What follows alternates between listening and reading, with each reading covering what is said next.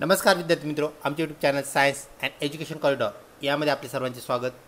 B Ed admission 2024 या अंतर्गत आपण व्हिडिओ पाहत आहोत। विद्यार्थी मित्रों, नुकताच आपला रिझल्ट डिस्प्ले झालेला आहे। त्यामध्ये आपलं जे पर्सेंटेज आहे ते आपल्याला पर्सेंटाईलमधून व्यक्त करून CET सेलने आपल्यासमोर मांडलेले आहे, आपल्याला डिस्प्ले केलेले आहे।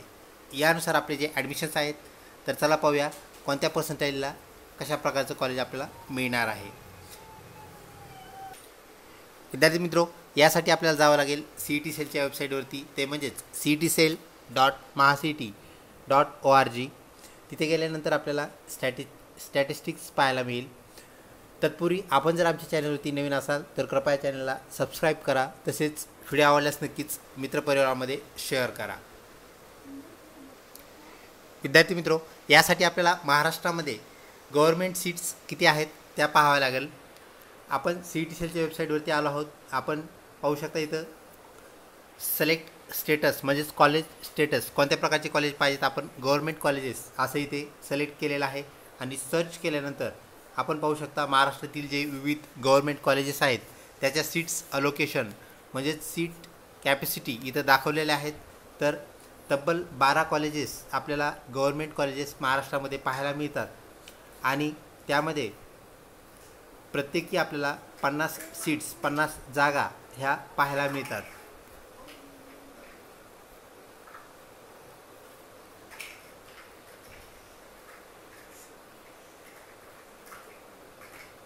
तब्बल 12 कॉलेजेस म्हणजेच 600 सीट्स ह्या गव्हर्नमेंट सीट शासकीय जागा या अंतर्गत आपल्याला पाहायला मिळतात।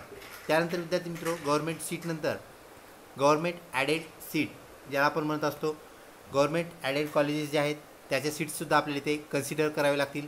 त्याला आपण सर्च करूया।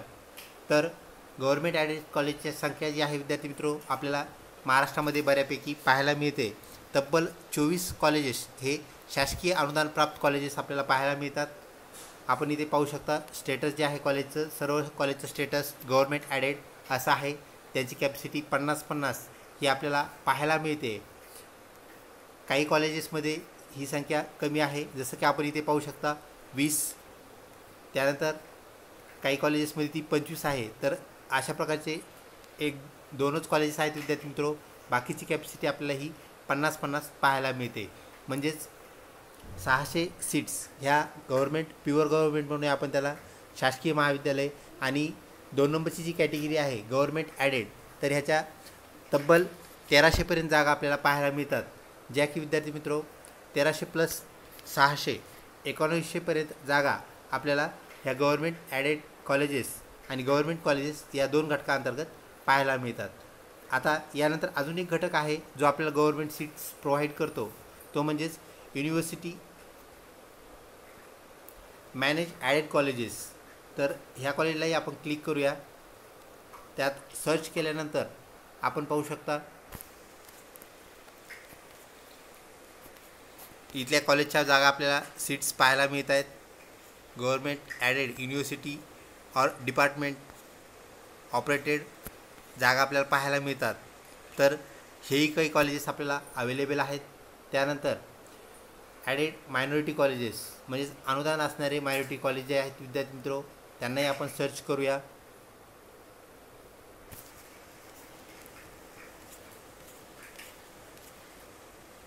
तर इथे आपल्याला गव्हर्नमेंट ॲडेड जे कॉलेजेस आहेत मायनॉरिटी ॲडेड कॉलेजेस म्हणजे शासकीय अनुदान असलेले कॉलेजेस विद्यार्थी मित्रों जवळपास 2100 ते 2200 जागा आपल्याला गव्हर्नमेंट या घटकांतर्गत म्हणजेच government added, government minority colleges आणि गव्हर्नमेंट कॉलेजेस या 3 टायटल अंतर्गत पाहायला मिळतात।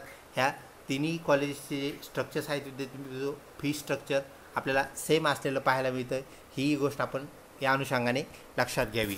तर आता जे आपलं पर्सेंटाईल आहे विद्यार्थी मित्रों, पर्सेंटाईल आपलं वरच्या साईडने ते सुरू होईल आणि सुरू झाल्यानंतर आपल्याला माहीत आहे 50% सीट्स ह्या रिझर्व असतात आणि 50% सीट्स ह्या ओपन कोट्याच्या असतात।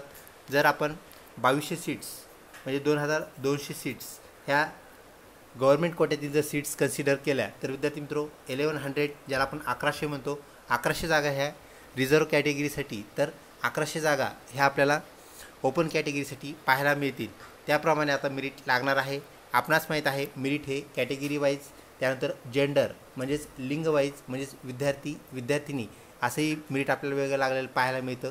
को एज्युकेशन असेल, त्यानंतर गर्ल्स एज्युकेशन ज्याला आपण वुमन एज्युकेशन असंही म्हणतो, त्या अंतर्गत सुद्धा मेरिट लागतं आणि ह्या बाबीनुसार आपला प्रवेश होत असतो. तर आता वरून सुरू झाल्यानंतर म्हणजे वरून मेरिट सुरू झाल्यानंतर हे मेरिट काय होणार आहे, ह्या 2200 जागापर्यंत खाली येणार आहे. तर खालच्या साईडला आल्यानंतर विद्यार्थी मित्रो त्यातल्या 1100 जागा ह्या ओपन कॅटेगरीसाठी असतील. मग ओपन कॅटेगरीचं मेरिट वेगळं असेल, त्यामध्ये रिझर्व कॅटेगरीजमध्ये परत 1100 ज्या जागा राहतात त्या जागामध्येही आपल्याला मेरिट वेगवेगळ्या सब कॅटेगरीसाठी वेगवेगळं असलेलं पाहायला मिळेल. तर हे जे मेरिट आहे विद्यार्थी मित्रो, तर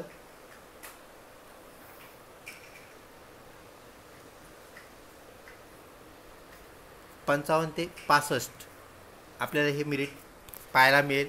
म्हणजेच पहिला जो राऊंड आहे तर पहिल्या राऊंडमध्ये 70पर्यंत आपल्याला मेरिट 70% मेरिट आपल्याला खाली आलेलं पाहायला मिळेल आणि त्यानंतर सेकंड राऊंडपर्यंत विद्यार्थी मित्रो 55 ते 65 या अंतर्गतचे म्हणजेच या पर्सेंटाईलच्या आतले जे विद्यार्थी आहेत ह्यांचे नंबर आपल्याला गव्हर्मेंट सीटमध्ये गव्हर्मेंट कॉलेजेसमध्ये लागलेले पाहायला मिळतील. विद्यार्थी मित्रो हे फक्त गव्हर्मेंट सीट्सचं झालं आणि त्यानंतर आपल्याला माहीत आहे महाराष्ट्रामध्ये सर्वाधिक जे कॉलेजेस आहेत विद्यार्थी मित्रो ते विना अनुदानित ज्याला आपण नॉन ग्रँटेड कॉलेजेस असं म्हणत असतो त्या कॅटेगरीमध्ये आपल्याला पाहायला मिळतात. तर तब्बल विद्यार्थी मित्रो 477 कॉलेजेस आपल्याला पाहायला मिळतात. तर ही कॉलेजची जी संख्या आहे विद्यार्थी मित्रो एक मोठा कोटा आपल्याला नॉन गव्हर्मेंट कॉलेजेसमध्ये पाहायला मिळतो.